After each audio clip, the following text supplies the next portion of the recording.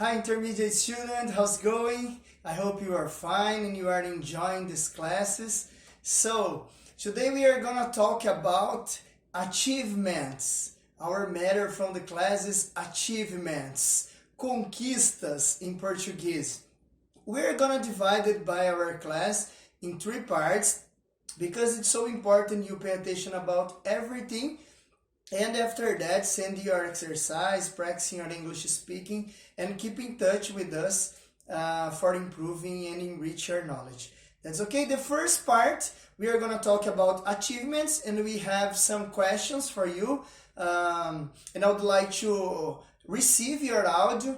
After that, we are going to give a feedback to you and keep in touch, keep talking English about that. So, the second part, we have Barack Obama's speech. It's so nice. We are gonna learn a lot, practice your English listening, and of course, I don't know if you like Barack Obama, but it's my reference in English. If you don't have your reference in English yet, you have to discover. That's why it's so important. You read some speeches, some lectures in English. It's so important.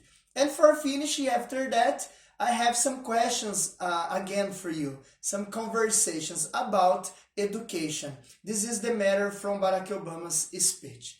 That's okay, let's get started. Achievements. I have some questions for you. So 2, 4, 6 questions for you tell us about achievements. The first question is, tell us about your 3 greatest achievements, okay? Second one, are you satisfied with your career to date? Third, tell me about a difficult situation you have faced and how you take it. Next one, what do you like about your present job? What are your strengths? What are your strengths? What is your greatest weakness? Okay? So, I'm going to talk to you about the bold words for you understand better these questions. Tell us about your 3 greatest achievements. Greatest, it means maiores. That's okay? So, tell us about your 3 greatest achievements. To date, the second question, to date. To date, it means in Portuguese, até o momento. Okay? Third, tackle it. Tackle is the verb superar, encarar, enfrentar. That's okay? You can understand by the context. Next one, present job. Trabalho presente, trabalho atual, present job. Okay? Next, strengths. Strengths, it means in Portuguese, pontos fortes. And the last question, weakness. Weakness, it means pontos fracos. Greatest weakness, seus maiores ou seu maior ponto fraco. Okay? Suas fraquezas, maiores fraquezas. That's okay? We have 6 questions and you have to send an audio to us, okay, to your teacher.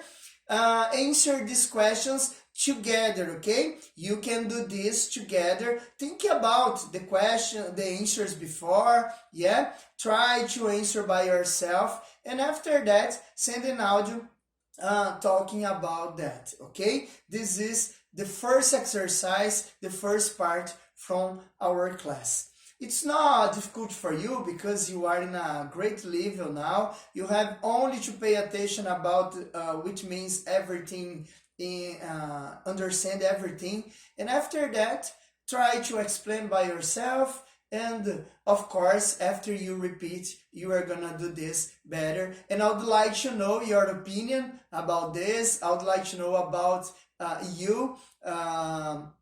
About your career, about your 3 greatest achievements, about your present job, your weakness and strengths. It's so nice. And after that, we are gonna keep in touch, keeping talking about this matter, this important matter.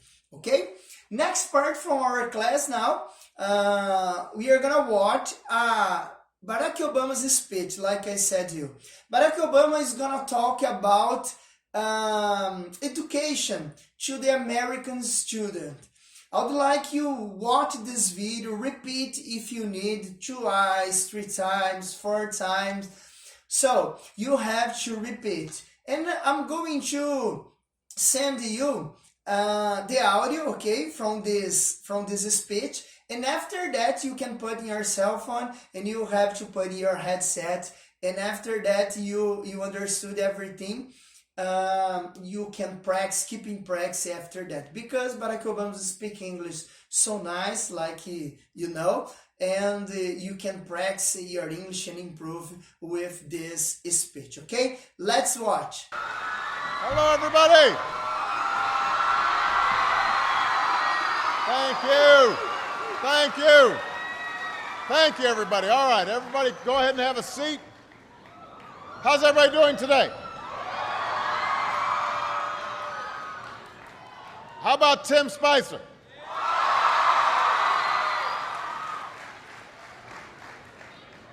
I am here with students at Wakefield High School in Arlington, Virginia, and we've got students tuning in from all across America, from kindergarten through 12th grade.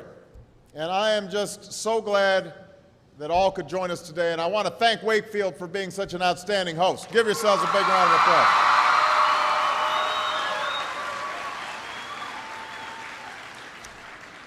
Now, I know that for many of you, today is the first day of school. And for those of you in kindergarten or starting middle or high school, it's your first day in a new school, so it's understandable if you're a little nervous.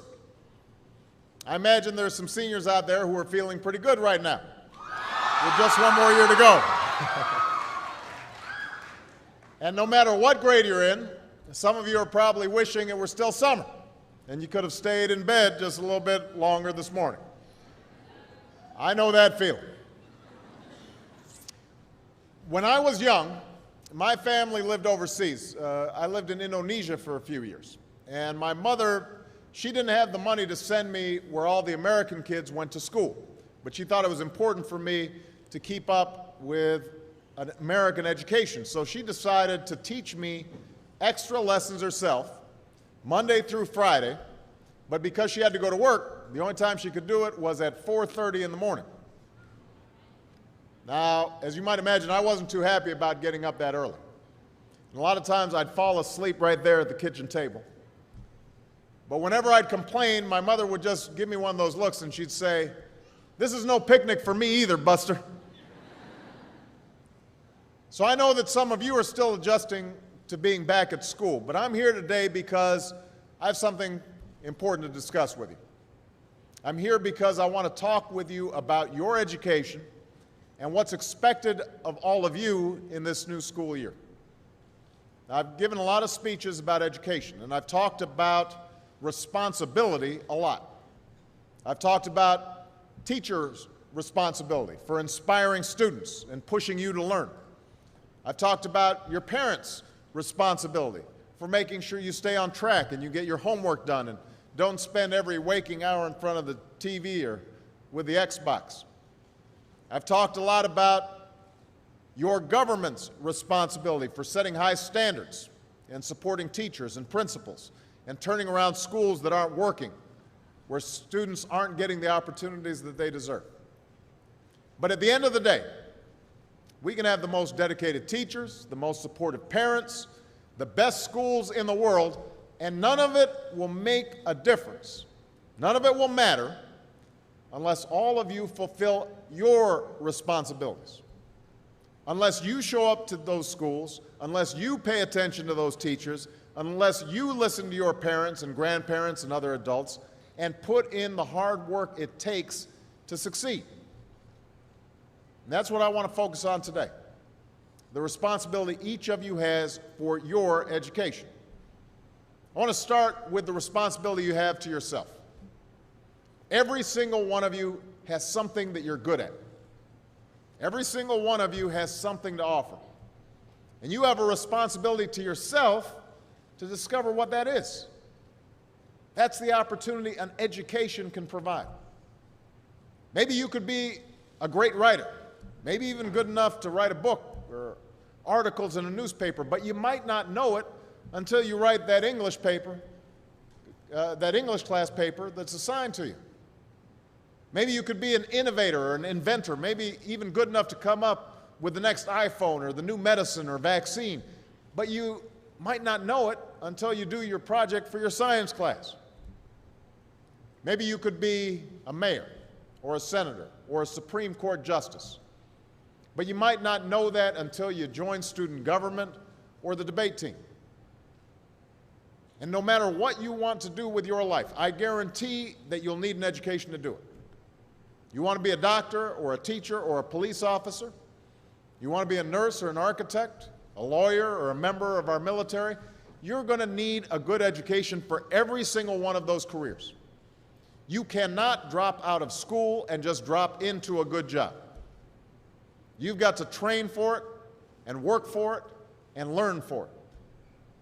And this isn't just important for your own life and your own future. What you make of your education will decide nothing less than the future of this country. The future of America depends on you. What you're learning in school today will determine whether we as a nation can meet our greatest challenges in the future.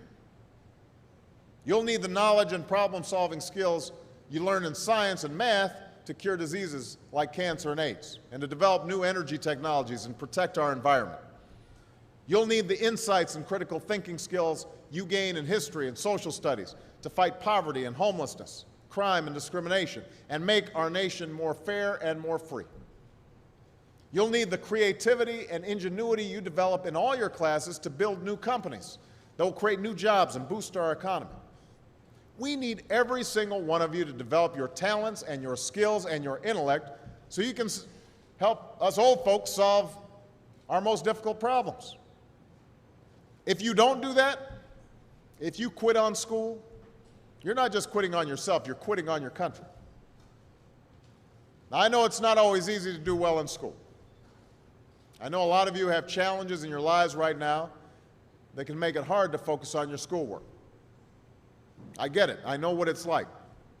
My father left my family when I was 2 years old, and I was raised by a single mom who had to work and who struggled at times to pay the bills and wasn't always able to give us the things that other kids had.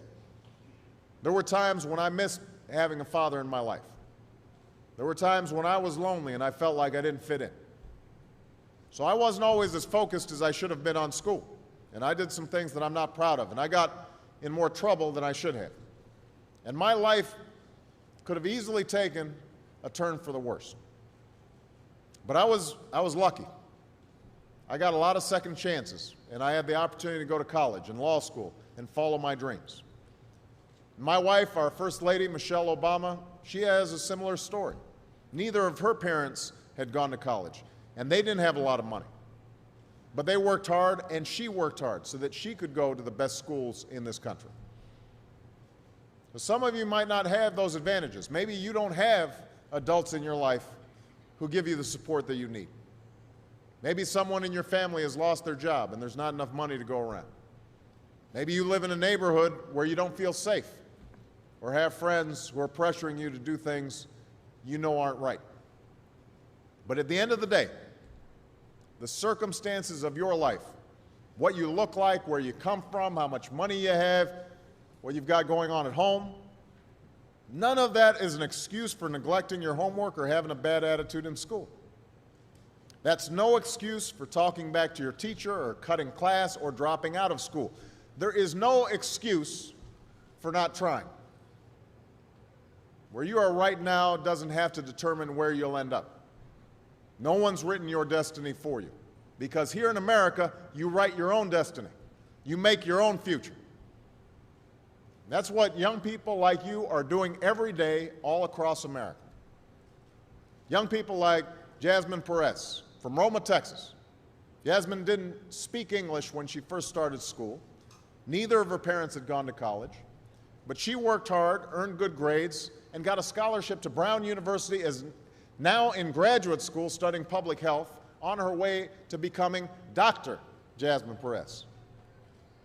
I'm thinking about Andoni Schultz from Los Altos, California, who's fought brain cancer since he was 3.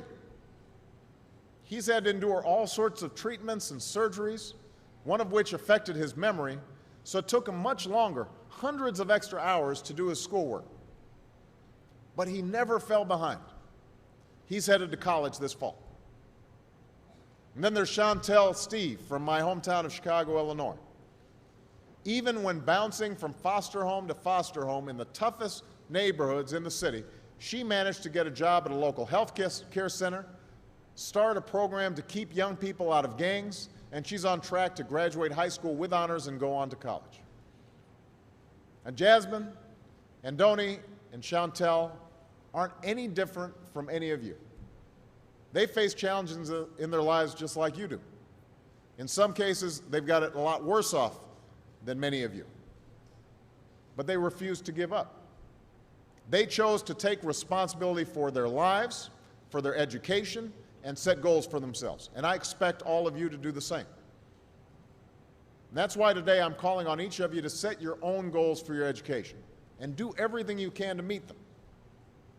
Your goal can be something as simple as doing all your homework, paying attention in class, or spending some time each day reading a book.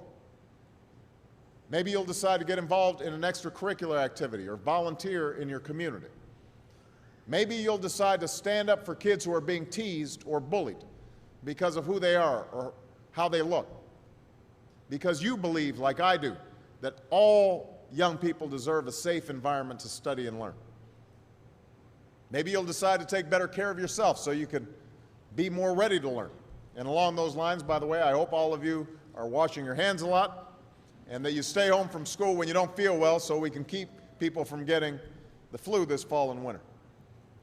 But whatever you resolve to do, I want you to commit to it. I want you to really work at it.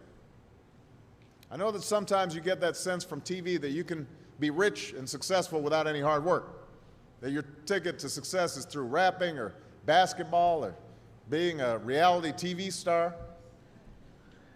Chances are you're not going to be any of those things.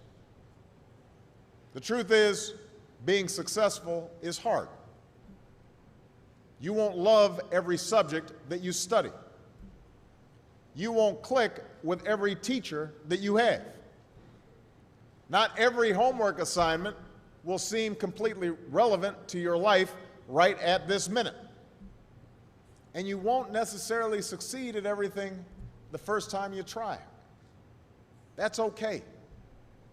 Some of the most successful people in the world are the ones who've had the most failures. J.K. Rowling, who wrote Harry Potter, her first Harry Potter book was rejected 12 times before it was finally published. Michael Jordan was cut from his high school basketball team. He lost hundreds of games and missed thousands of shots during his career. But he once said, "I have failed over and over and over again in my life, and that's why I succeed." These people succeeded because they understood that you can't let your failures define you. You have to let your failures teach you. You have to let them show you what to do differently the next time. So if you get into trouble, that doesn't mean you're a troublemaker.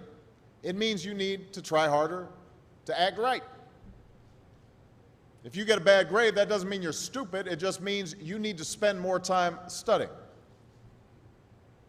No one's born being good at all things. You become good at things through hard work. You're not a varsity athlete the first time you play a new sport. You don't hit every note the first time you sing a song. You've got to practice. The same principle applies to your schoolwork.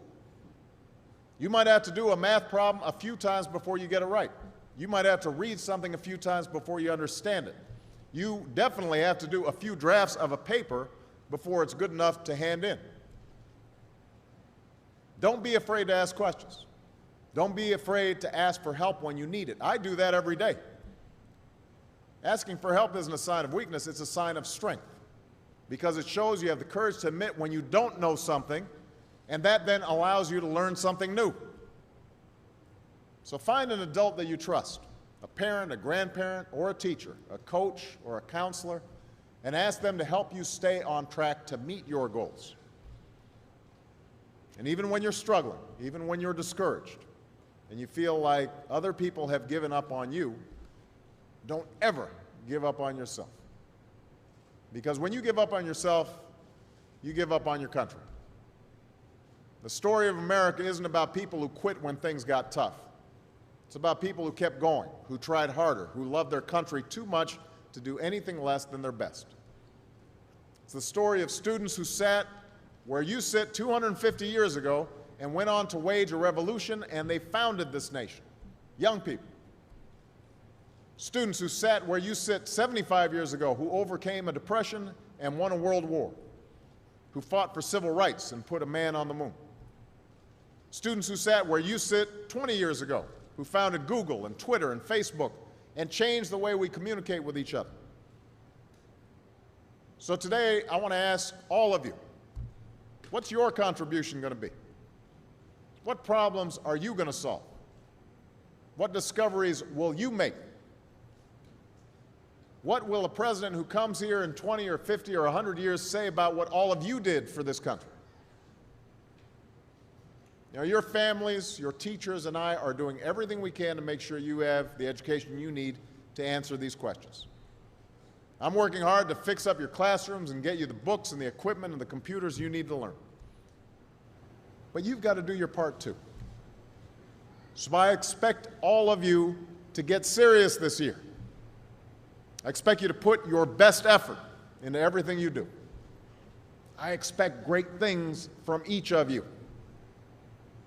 So don't let us down. Don't let your family down or your country down. Most of all, don't let yourself down. Make us all proud. Thank you very much, everybody. God bless you. God bless America. Thank you.